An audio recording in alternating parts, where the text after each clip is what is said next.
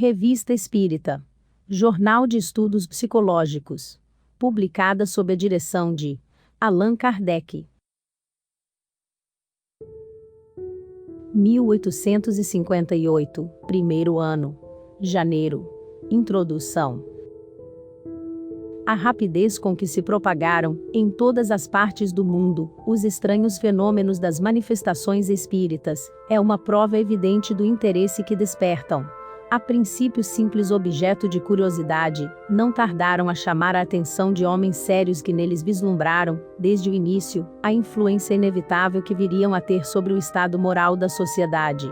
As novas ideias que surgem desses fenômenos, popularizam-se cada dia mais, e nada lhes pode deter o progresso, pela simples razão de que estão ao alcance de todos, ou de quase todos, e nenhum poder humano lhes impedirá que se manifestem. Se os abafam aqui, reaparecem em 100 outros pontos.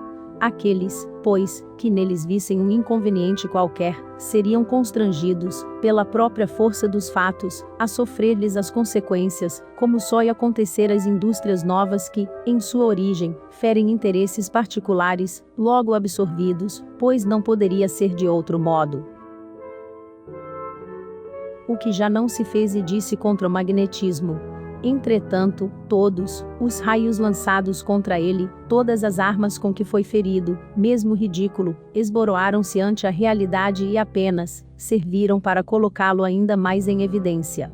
É que o magnetismo é uma força natural, e, perante as forças da natureza, o homem é um pigmeu, semelhante a cachorrinhos que ladram inutilmente contra tudo que os possa amedrontar. Dá-se com as manifestações espíritas, a mesma coisa que se dá com o sonambulismo. Se não se produzirem à luz do dia, e publicamente, ninguém impedirá que ocorram na intimidade, pois cada família pode descobrir um médium entre seus membros, das crianças aos velhos, assim como pode encontrar um sonâmbulo. Quem, pois, poderá impedir que a primeira pessoa que encontremos, seja médium e sonâmbula? Sem dúvida, os que o combatem não refletiram nisto. Insistimos. Quando uma força está na natureza, pode-se detê-la por um instante, porém, jamais aniquilá-la. Seu curso apenas poderá ser desviado. Ora, a força que se revela no fenômeno das manifestações, seja qual for a sua causa, está na natureza, da mesma forma que o magnetismo, e não poderá ser exterminada, como a força elétrica também não o será. O que importa é que seja observada e estudada em todas as suas fases, a fim de se deduzirem as leis que a regem. Se for um erro, uma ilusão, o tempo fará justiça. Se, porém, for verdadeira, a verdade é como vapor. Quanto mais o comprime, tanto maior será a sua força de expansão. Causa justa admiração que, enquanto na América, somente os Estados Unidos possuem 17 jornais consagrados a esse assunto, sem contar um sem número de escritos não periódicos, a França, o país da Europa, onde tais ideias mais rapidamente se aclimataram, não possui nenhum. Não se pode contestar a utilidade de um órgão especial, que põe ao público, a par do progresso desta nova ciência, e o previna contra os excessos da credulidade, bem como do ceticismo. É essa lacuna que nos propomos preencher com a publicação desta revista, visando a oferecer um meio de comunicação a todos quantos se interessam por estas questões, ligando, através de um laço comum, os que compreendem a doutrina espírita sob o seu verdadeiro ponto de vista moral. A prática do bem e a caridade evangélica para com todos. Se não se tratasse senão de uma coleta de fatos, a tarefa seria fácil. Eles se multiplicam em toda parte com tal rapidez que não faltaria matéria, mas os fatos, por si mesmos, tornam-se monótonos pela repetição e, sobretudo, pela similitude. O que é necessário ao homem racional, é algo que lhe fale a inteligência. Poucos anos se passaram desde o surgimento dos primeiros fenômenos, e já estamos longe da época das mesas girantes e falantes, que foram suas manifestações iniciais. Hoje, é uma ciência que revela todo um mundo de mistérios, tornando patentes as verdades eternas, que apenas pelo nosso espírito eram pressentidas. É uma doutrina sublime, que mostra ao homem o caminho do dever, abrindo mais vasto campo até então jamais apresentado à observação filosófica. Nossa obra seria, pois, incompleta e estéril se nos mantivéssemos nos estreitos limites de uma revista anedótica, cujo interesse rapidamente se esgotasse. Talvez nos contestem a qualificação de ciência que damos ao espiritismo. Certamente não teria ele, em nenhum caso, as características de uma ciência exata, e é precisamente aí que reside o erro dos que o pretendem julgar e experimentar como uma análise química ou um problema matemático. Já é bastante que seja uma ciência filosófica. Toda ciência deve basear-se em fatos, mas os fatos, por si só, não constituem a ciência. Ela nasce da coordenação e da dedução lógica dos fatos. É o conjunto de leis que os regem. Chegou o Espiritismo ao estado de ciência? Se por isto se entende uma ciência acabada, seria sem dúvida prematuro responder afirmativamente. Entretanto, as observações já são hoje bastante numerosas para nos permitirem deduzir, pelo menos, os princípios gerais, onde começa a ciência. O exame raciocinado dos fatos, e das consequências que deles decorrem, é, pois, um complemento sem o qual, nossa publicação seria de medíocre utilidade, não oferecendo senão um interesse muito secundário, para quem quer que reflita, e queira inteirar-se daquilo que vê. Todavia, como nosso fim é chegar à verdade, acolheremos todas as observações que nos forem dirigidas, e tentaremos, tanto quanto nulo permita o estado dos conhecimentos adquiridos, dirimir as dúvidas, e esclarecer os pontos ainda obscuros. Nossa revista será, assim, uma tribuna livre, em que a discussão jamais se afastará das normas da mais estrita conveniência. Numa palavra, discutiremos, mas não disputaremos. As inconveniências de linguagem nunca foram boas razões aos olhos de pessoas sensatas, é a arma dos que não possuem algo melhor, voltando-se contra aqueles que dela se servem. Embora os fenômenos de que nos ocupamos se tenham produzido, nos últimos tempos, de maneira mais geral, tudo prova que tem ocorrido desde as eras mais recuadas. Não há fenômenos naturais nas invenções, que acompanham o progresso do espírito humano. Desde que estejam na ordem das coisas, sua causa é tão velha quanto o mundo, e os seus efeitos devem ter se produzido em todas as épocas. O que testemunhamos hoje, portanto, não é uma descoberta moderna. É o despertar da antiguidade, desembaraçada do envoltório místico que engendrou as superstições, da antiguidade esclarecida pela civilização e pelo progresso nas coisas positivas. A consequência capital que ressalta desses fenômenos é a comunicação que os homens podem estabelecer com os seres do mundo incorpóreo e, dentro de certos limites, o conhecimento que podem adquirir sobre o seu estado futuro.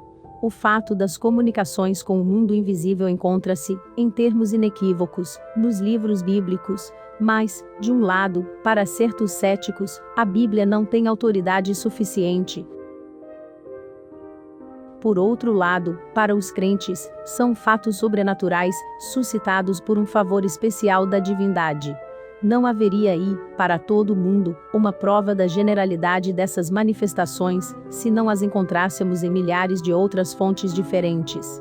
A existência dos espíritos, e sua intervenção no mundo corpóreo, está atestada e demonstrada não mais como um fato excepcional, mas como um princípio geral, em Santo Agostinho, São Jerônimo, São João Crisóstomo, São Gregório Nazianzeno e tantos outros pais da Igreja. Essa crença forma, além disso, a base de todos os sistemas religiosos. Admitiram-na os mais sábios filósofos da antiguidade. Platão, Zoroastro, Confúcio, Apuleio, Pitágoras, Apolônio de Tiana e tantos outros.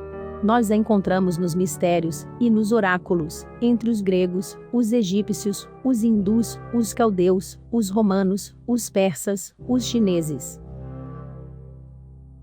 Vemo-la sobreviver a todas as vicissitudes dos povos, a todas as perseguições, e desafiar todas as revoluções físicas e morais da humanidade. Mais tarde a encontramos entre os adivinhos e feiticeiros da Idade Média, nos Wilis e nas Valquírias dos escandinavos, nos elfos dos teutões, nos lechios e nos domeshnios-dolgi dos eslavos, nos ourisques e nos brownies da Escócia, nos poupicans e nos tensarpoliques dos bretões, nos semis dos caraíbas, numa palavra, em toda a falange de ninfas, de gênios bons e maus, nos silfos, gnomos, fadas e duendes, com os quais todas as nações povoaram o espaço. encontramos a prática das evocações entre os povos da Sibéria, no Kamchatka, na Islândia, entre os indígenas da América do Norte e os aborígenes do México e do Peru, na Polinésia e até entre os estúpidos selvagens da Nova Holanda. Sejam quais forem os absurdos que cercam essa crença, e a desfiguram segundo os tempos e os lugares, não se pode discordar de que ela parte de um mesmo princípio, mais ou menos deturpado. Ora, uma doutrina não se torna universal, não sobrevive a milhares de gerações, não se implanta de um polo a outro, entre os povos mais diversificados, pertencentes a todos os graus da escala social, se não estiver fundada em algo de positivo. O que será esse algo? É o que nos demonstram as recentes manifestações. Procurar as relações que possam existir entre tais manifestações e todas essas crenças, é buscar a verdade. A história da doutrina espírita, de certo modo, é a história do espírito humano. Teremos que estudá-la em todas as fontes, que nos fornecerão uma mina inesgotável de observações tão instrutivas quão interessantes, sobre fatos geralmente pouco conhecidos. Essa parte nos dará a oportunidade de explicar a origem de uma porção de lendas e de crenças populares, delas destacando o que toca à verdade, a alegoria e a superstição. No que concerne às manifestações atuais, daremos explicação de todos os fenômenos patentes que testemunharmos, ou que chegarem ao nosso conhecimento, quando nos parecerem merecer a atenção de nossos leitores. De igual modo, o faremos em relação aos efeitos espontâneos, que por vezes se produzem entre pessoas alheias às práticas espíritas, e que revelam, seja a ação de um poder oculto, seja a emancipação da alma. Tais são as visões, as aparições, a dupla vista, os pressentimentos, os avisos íntimos, as vozes secretas, etc.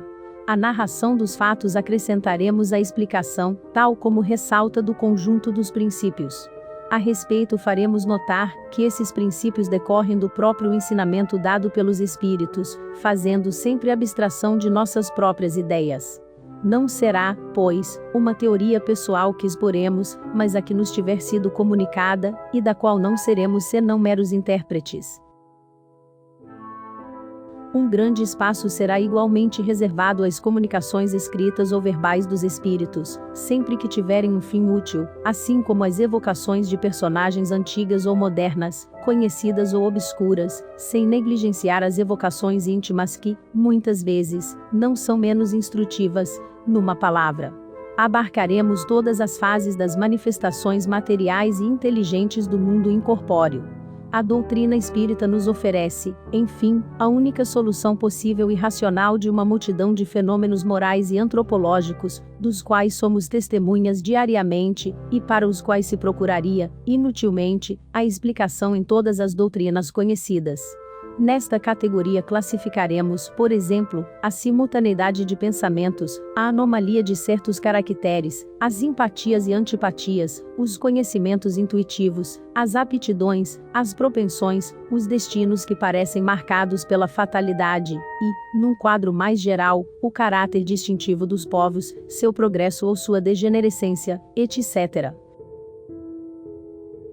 A citação dos fatos, acrescentaremos a pesquisa das causas, que os poderiam ter produzido. Da apreciação desses fatos ressaltarão, naturalmente, ensinamentos úteis quanto à linha de conduta mais conforme a ação moral. Em suas instruções, os espíritos superiores têm sempre por objetivo despertar nos homens o amor do bem, através dos preceitos evangélicos, por isso mesmo eles nos traçam o pensamento que deve presidir a redação dessa coletânea.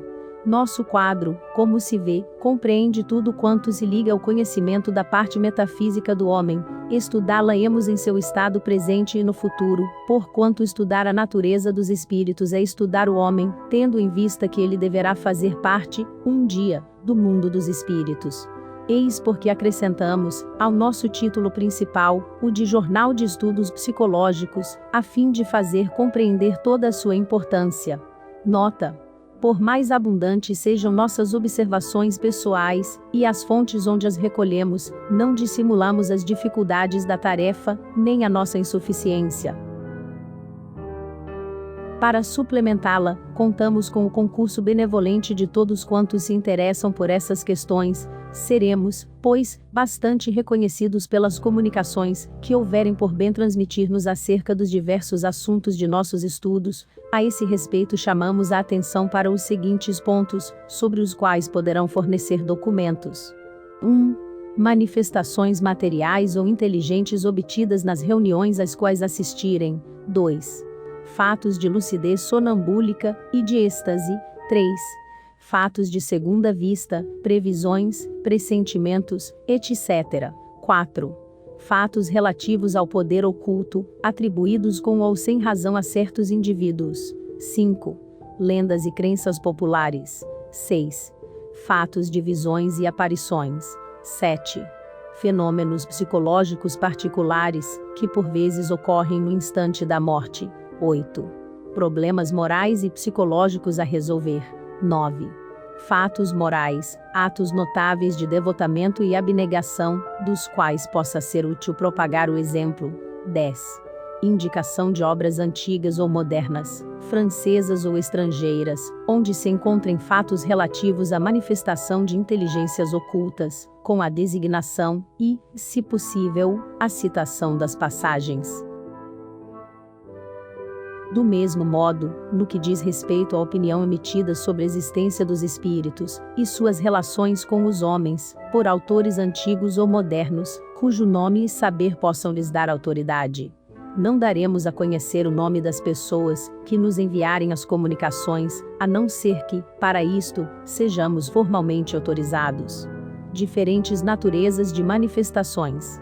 Os espíritos atestam sua presença de diversas maneiras, conforme sua aptidão, vontade e maior ou menor grau de elevação.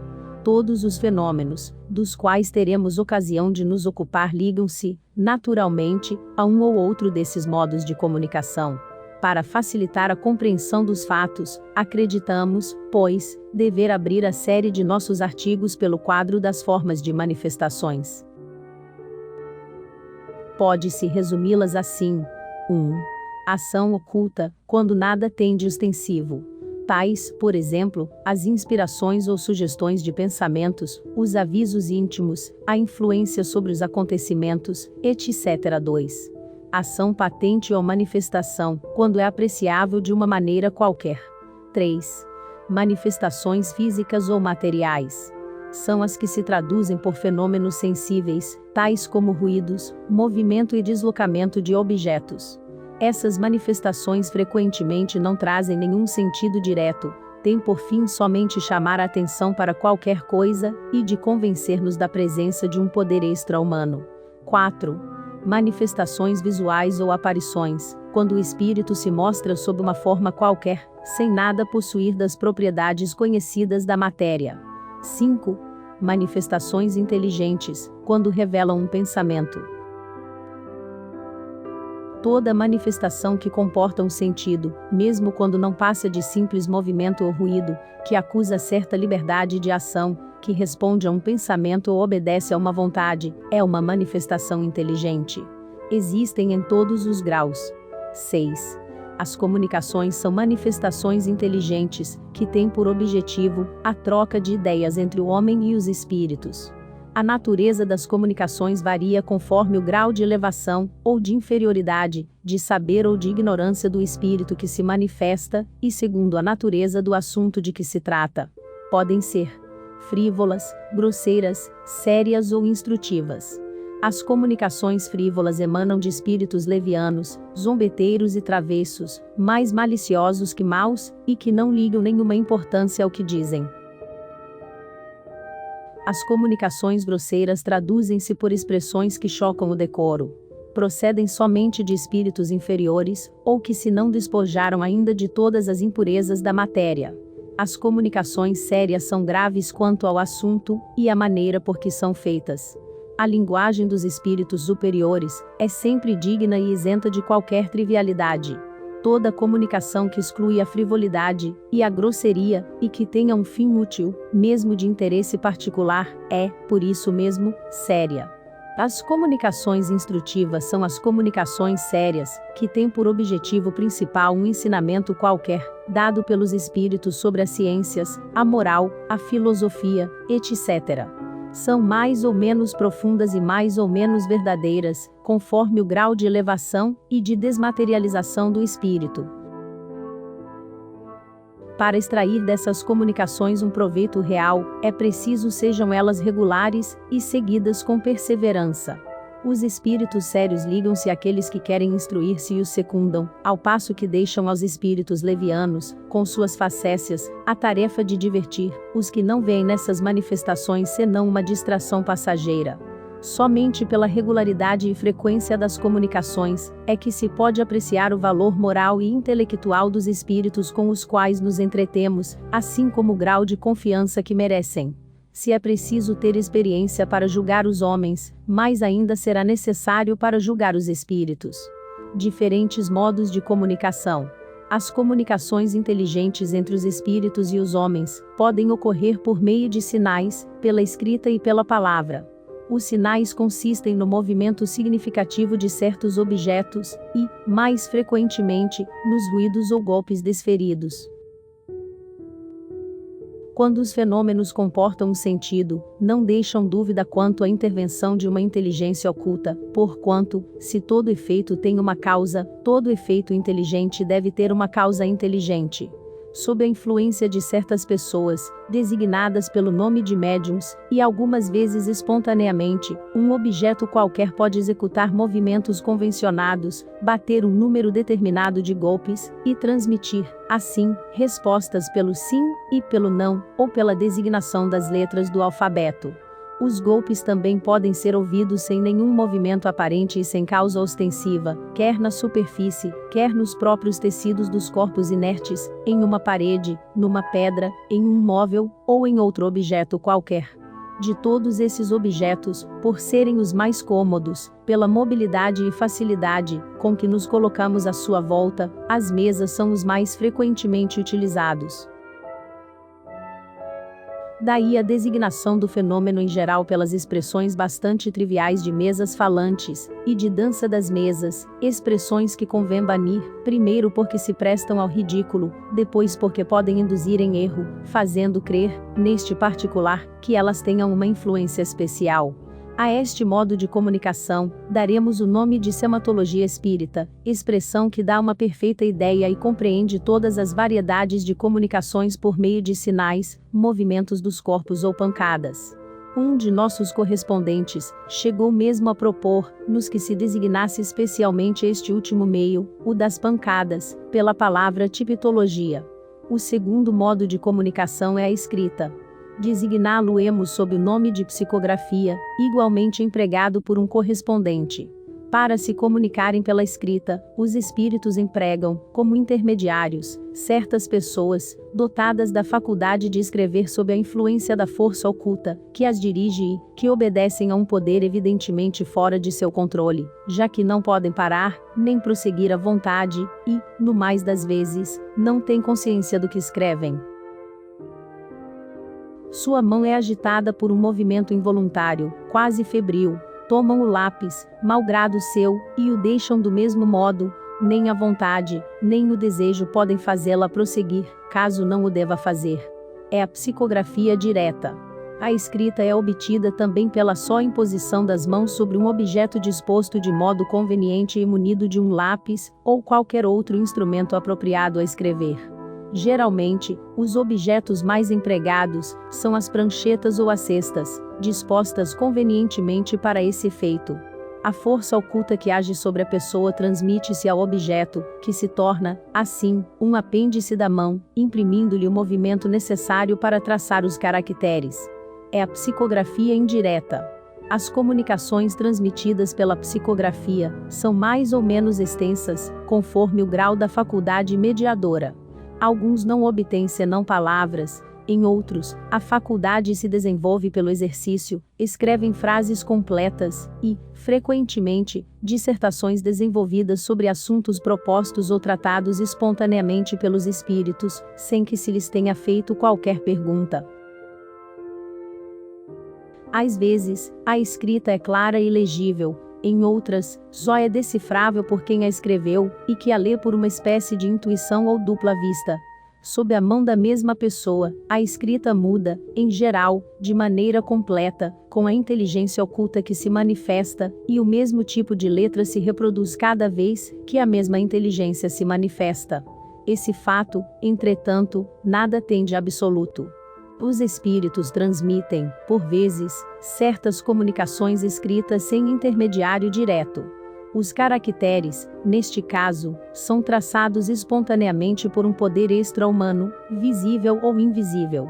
Como é útil que cada coisa tenha um nome, a fim de nos podermos entender, daremos a esse modo de comunicação escrita ou de espiritografia, para distingui-la de psicografia, ou escrita obtida por um médium. A diferença entre esses dois vocábulos é fácil de apreender. Na psicografia, a alma do médium desempenha, necessariamente, um certo papel, pelo menos como intermediário, ao passo que na espiritografia é o espírito que age diretamente, por si mesmo. O terceiro modo de comunicação é a palavra. Certas pessoas sofrem nos órgãos vocais a influência de um poder oculto, que se faz sentir na mão daqueles que escrevem. Transmitem, pela palavra, o que outras transmitem pela escrita. As comunicações verbais, como as escritas, ocorrem algumas vezes sem intermediário corpóreo. Palavras e frases podem ressoar aos nossos ouvidos, ou em nosso cérebro, sem causa física aparente. Os espíritos podem, igualmente, aparecer-nos em sonho, ou em estado de vigília, e dirigir-nos a palavra para nos dar avisos ou instruções. Para seguir o mesmo sistema de nomenclatura que adotamos para as comunicações escritas, deveríamos chamar a palavra transmitida pelo médium de psicologia e a originada diretamente do espírito, de espiritologia. Porém, a palavra psicologia já tem uma acepção conhecida, e não a podemos distorcer. Designaremos, pois, todas as comunicações verbais sob o nome de espiritologia. As primeiras pelas palavras espiritologia mediata, e as segundas pelas de espiritologia direta. Dos diferentes modos de comunicação, a sematologia é o mais incompleto, é muito lento e não se presta senão com dificuldade a desenvolvimentos de uma certa extensão. Os espíritos superiores dela não se servem voluntariamente, seja por causa da lentidão, seja porque as respostas, por sim e por não, são incompletas e sujeitas a erro. Para o ensino, preferem os meios mais rápidos. A escrita e a palavra. Com efeito, a escrita e a palavra são os meios mais completos para a transmissão do pensamento dos espíritos, quer pela precisão das respostas, quer pela extensão dos desenvolvimentos que comportam. A escrita tem a vantagem de deixar traços materiais, e de ser um dos meios mais adequados para combater a dúvida. De resto, não se é livre para escolher, os espíritos comunicam-se pelos meios que julgam apropriados. Isso depende das aptidões.